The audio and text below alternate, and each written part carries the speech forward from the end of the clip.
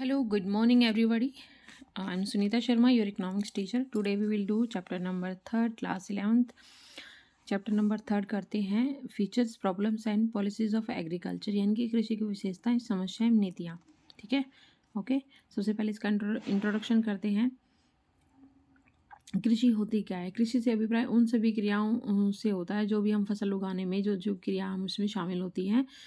तो इसका perfectly meaning देखिए. कृषि से अभिप्राय उन सभी क्रियाओं से है जिनका संबंध फसलों के उत्पादन के लिए भूमि को जोतने से, यानी कि फसलें हैं फसलों को उगाने से. खाद्यान्न फसलें जैसे चावल और गेहूँ, ये हमारी खाद्यान्न फसलें, और गैर खाद्यान्न फसलें आती हैं जूट और कपास. ओके, यह अर्थव्यवस्था के प्राथमिक क्षेत्र का प्रमुख घटक है जो कि प्राकृतिक संसाधनों के शोषण द्वारा उत्पादन पर बल देता है. कृषि उन सब विशेषताओं को उपलब्ध कराती है जो मानव को जीवित रहने के लिए उनकी आवश्यक है. ठीक है, इसलिए फसलों को खेती की विश्व के सभी भागों में महत्वपूर्ण माना गया है. ओके, उसकी क्रियाओं को हम पढ़ेंगे. Importance of agriculture in the Indian economy, यानी कि एग्रीकल्चर का क्या इंपॉर्टेंस है इंडियन इकोनॉमी में, भारतीय अर्थव्यवस्था में कृषि का क्या महत्व है. फर्स्ट पॉइंट इसमें आता है हमारा कंट्रीब्यूशन टू जीडीपी, यानी कि ग्रॉस डोमेस्टिक प्रोडक्ट आप जिसको बोलते हैं, सकल घरेलू उत्पादन में हमारा काफ़ी योगदान रहा है कृषि का. ठीक है, 1/4 भाग जो है हमारा प्राथमिक क्षेत्र पर भी निर्भर है, जिससे कृषि एक महत्वपूर्ण घटक माना जाता है, क्योंकि काफ़ी लोग जो हैं कृषि से ही अपना खेत में अपना काम धाम करके अपना गुजारा करते हैं. तो ये डोमेस्टिक प्रोडक्शन में काफ़ी योगदान रहा है इसका. सेकंड पॉइंट देखिए, मजदूरी वस्तुओं की पूर्ति, सप्लाई ऑफ वेस्ट गुड्स, यानी कि जो मजदूरी वस्तुओं का उत्पादन फसल खेतों में केंद्रीय महत्व रखता है, क्योंकि वे वस्तुएं हैं जिन्हें देश की जनता अपने जीवन योग्य आवश्यकताओं को संतुष्ट करने के लिए उपभोग करती है. उनमें क्या क्या आते हैं, जैसे गेहूँ, चावल है, दाल है, मक्का है, बाजरा है, तिलहन है. कृषि की सारी वस्तुएं आती हैं ये सब. तो जो 121 करोड़ लोग हैं का भोजन एवं 51 करोड़ पशुओं का चारा उपलब्ध कराती है. ठीक है, मजदूरी वस्तुओं की पूर्ति करती है. तो थर्ड पॉइंट हमारा आता है एम्प्लॉयमेंट. कृषि रोजगार का एक महत्वपूर्ण स्रोत है. देखो, जिसके पास कुछ भी नहीं है, सबको जरूरी नहीं है कि नौकरी मिल जाती है. जहाँ कुछ हालात ऐसे होते हैं, भाई बंदा अपने खेत में ही कमा लेता है अपनी आजीविका चलाने के लिए. तो भारत में कृषि का रोजगार का एक महत्वपूर्ण स्रोत है कि वहाँ से अपना आजीविका चला सकता है. भारत में 50% से अधिक जो जनसंख्या जो पॉपुलेशन जो है कृषि में लगी हुई है. ओके, जीवन निर्वाह का एक महत्वपूर्ण स्रोत है. नेक्स्ट पॉइंट देखिए, इंडस्ट्रियल रॉ मटेरियल, औद्योगिक कच्चा माल. जो कृषि औद्योगिक कच्चा माल है, उद्योग को कपास के रूप में, तेल उद्योग में तेलों के बीज के रूप में, चीनी उद्योग को गन्ने के रूप में उसकी आपूर्ति जो है, सप्लाई जो है करता है. ठीक है, यानी कि ये कह रहा है कि जो द्वितीयक क्षेत्र का विकास है, जो कहीं ना कहीं हमारे प्राथमिक क्षेत्र पर ही डिपेंड करता है. ओके, तो नेक्स्ट पॉइंट देखिए, अंतर्राष्ट्रीय व्यापार को योगदान. International contribution to international trade के कंट्रीब्यूशन में काफ़ी महत्वपूर्ण स्थान है कृषि का. वस्तुओं को, जैसे भारत जो है चाय, जूट, कॉफ़ी, तंबाकू और मसाले आदि कृषि वस्तुओं का निर्यात करता है. निर्यात अतः कृषि देश के विदेशी विनिमय कोषों को महत्वपूर्ण अंशदान देता है. मतलब शुरू से ही जो है हमारी इंडिया में, भारत में मसाले जो है खूब होते हैं, तो उसका हम निर्यात करते हैं. तो कंट्रीब्यूशन टू इंटरनेशनल ट्रेड में काफ़ी है कंट्रीब्यूशन एग्रीकल्चर सेक्टर का. 6 पॉइंट देखिए, घरेलू व्यापार में योगदान क्या है. Contribution to domestic trade. देश के घरेलू व्यापार में भी कृषि एक महत्वपूर्ण भूमिका निभाती है. इससे पता चलता है कि भारत में लाखों लोग अपनी आवश्यकताओं को पूर्ति करने के लिए जो है कृषि वस्तुओं को खरीदने पर भारी व्यय करते हैं. ओके, तो डोमेस्टिक ट्रेड में भी इसका काफ़ी महत्वपूर्ण स्थान है. नेक्स्ट पॉइंट हमारा यातायात उद्योग का आर्थिक आधार, इकोनॉमिक फल ऑफ ट्रांसपोर्ट इंडस्ट्री. कृषि भारत में यातायात उद्योग के आर्थिक सुधार के रूप में भी लाया गया है, यानी कि भारत में जो रेल मार्ग है, सड़क मार्ग है, दोनों अधिकांश जो है कृषि वस्तुओं को लाते या ले जाते हैं. ओके, तो ट्रांसपोर्ट इंडस्ट्री में भी काफ़ी रिफॉर्म्स आए हैं, उद्योग में काफ़ी सुधार आया है. नेक्स्ट पॉइंट हमारा वेल्थ ऑफ द नेशन, राष्ट्र का धन. जो देश के धन का एक बड़ा भाग जो है कृषि से संबंधित है. स्थायी पूंजी के रूप में भूमि जो है, खेत का स्थान देश में सबसे ऊंचा आता है. अतिरिक्त करोड़ों रुपए की पूंजी बड़ी और छोटी सिंचाई परियोजनाओं में ही निवेशित की जाती है. ओके, तो वेल्थ ऑफ नेशन, राष्ट्र को नेशन देने का भी इसमें का एग्रीकल्चर सेक्टर का काफ़ी अच्छा योगदान रहा है. अब देखो, नेक्स्ट पॉइंट देखिए हमारा features of Indian agriculture. Low productivity है, कह रहा है जो प्रति हेक्टेयर जो भूमि है उसमें लो प्रोडक्टिविटी पाई जाती है, ठीक है? काफ़ी कुछ ज़्यादा हम उसमें प्रोडक्शन नहीं कर पाते हैं। उसके बाद इसकी सेकंड है फीचर जो है छिपी हुई बेरोज़गारी। देखो जो एग्रीकल्चर सेक्टर है उसमें डिसगाइज्ड अनएम्प्लॉयमेंट पाया जाता है, क्योंकि काफ़ी मात्रा में लोग काम करते हैं, उतने की नीड नहीं होती, तो छिपी हुई बेरोज़गारी पाई जाती है। नेक्स्ट है वर्षा पर निर्भरता। हमारे जो फार्मर हैं, किसान हैं, अधिकतर सोचते हैं कि भी बारिश हो जाएगी, उस पर ही निर्भर रहते हैं। नेक्स्ट है हमारा निर्वाह खेती। कुछ लोग क्या करते हैं कि अपने निर्वाह के लिए ही खेती करते हैं, ठीक है? बस उनका परिवार का निर्वाह हो जाए इसलिए। नेक्स्ट पॉइंट है हमारा ट्रेडिशनल इनपुट्स। ट्रेडिशनल इनपुट यानी कि जो परंपरागत जो रूप से चली आ रही हैं चीज़ें, उन्हीं का यूज़ करते हैं। जैसे गोबर से जो खाद बनती है उसका यूज़ करते हैं, और जो नेसेसरी चीज़ें होती हैं जैसे कीटनाशक दवाइयाँ, उनका प्रयोग बहुत कम करते हैं। नेक्स्ट पॉइंट है हमारी स्मॉल होल्डिंग। तो जो कृषि की जोत हैं वो स्मॉल हैं, तो जिस पर जो खेती करता है किसान वो जोत कहलाती है। तो इसके परिणाम कृषि की निर्वाह खेती की समस्या और गंभीर बन जाती है, ठीक है?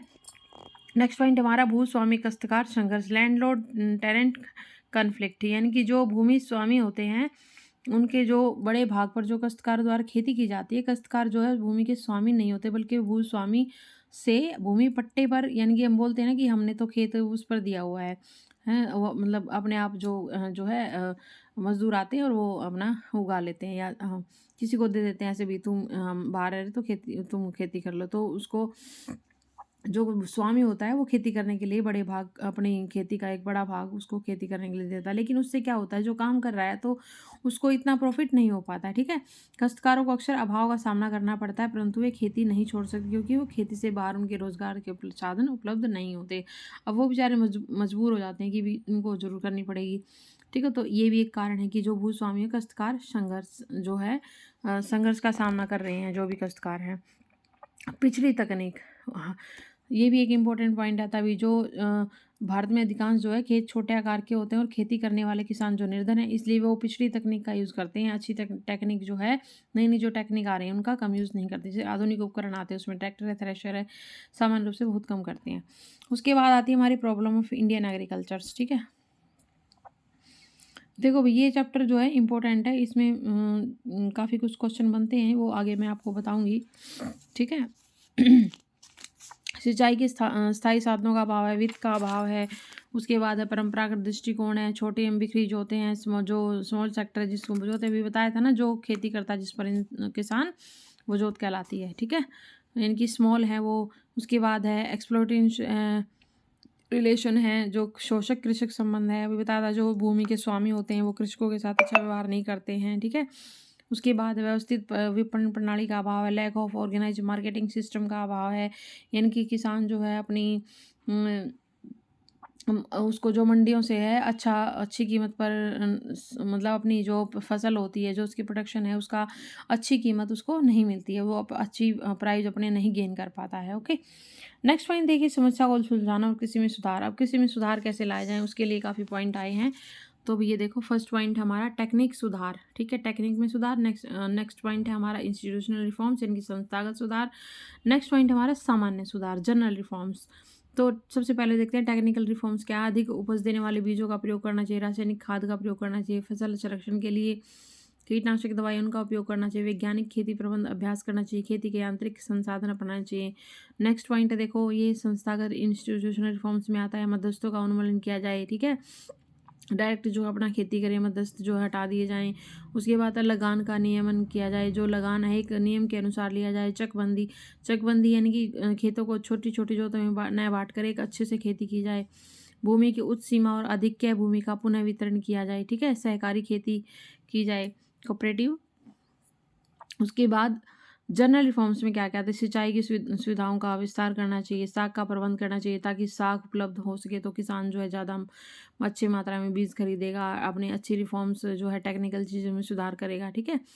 उसके बाद नियंत्रित बाजार एवं सहकारी विपणन समितियाँ, इसके लिए एक बाजार मार्केट उपलब्ध कराई जाए, सहकारी समितियाँ बनाई जाएँ। नेक्स्ट पॉइंट हमारा कीमत समर्थन नीति, जो हमारा जो कीमत ये इम्पोर्टेंट पॉइंट है भाई, कीमत समर्थन नीति, ठीक है? एमएसपी जिसको बोलते हैं हम, ठीक है? ये जो है किसानों को अच्छे से मिलनी चाहिए, जो डिसाइड हुई गवर्नमेंट के द्वारा वही मिलनी चाहिए। उसके बाद देखो, ये हमने पढ़ लिया भाई, टेक्निक रिफॉर्म्स क्या-क्या है, वही हैं अधिक उपज देने वाले बीजों का प्रयोग, रासायनिक खाद का संरक्षण का, वैज्ञानिक खेती अभ्यास, खेती के यांत्रिक साधन, ठीक है? इसमें जो इम्पोर्टेंट है मैं आपको निशान लगवा दूँगी। नेक्स्ट पॉइंट हमारा देखो, मध्यस्थों का उन्मूलन किया जाए, लगान का नियमन किया जाए ताकि ज़्यादा जो है 1/3 भाग से अधिक नहीं होना चाहिए लगान, उसके रूल के अकॉर्डिंगली आना चाहिए रेंट। ठीक है, इधर उधर जो बिखरी हुई भूमि या किसान एक ही स्थान पर करे, उससे ज़्यादा फसल होने का रहती है उम्मीद। भूमि की उच्चतम सीमा, ठीक है, अजोतों के आकार को उच्चतम सीमा निश्चित की गई है, जिससे जो है उच्चतम सीमा से ऊपर भूमि को सरकार ने स्वयं ले लिया और उसका पुनर्वितरण छोटे किसानों अथवा भूमि रहित श्रमिकों के बीच कर दिया है।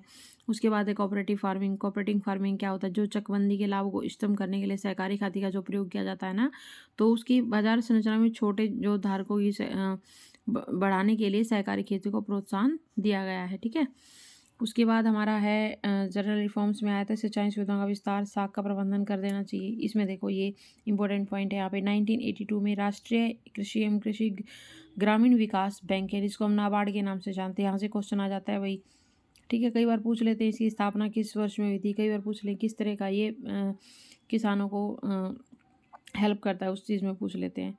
तो ये पॉइंट नोट कर लेना, नाबार्ड बैंक। नेशनल एग्रीकल्चर ग्रामीण रूरल डेवलपमेंट नियमित बाजार एवं सहकारी विपणन समितियां, रेगुलेटेड मार्केट बनाई जाए इनके लिए, ताकि जो है किसान अपनी जो मध्यस्थों का शोषण न कर सके उनका।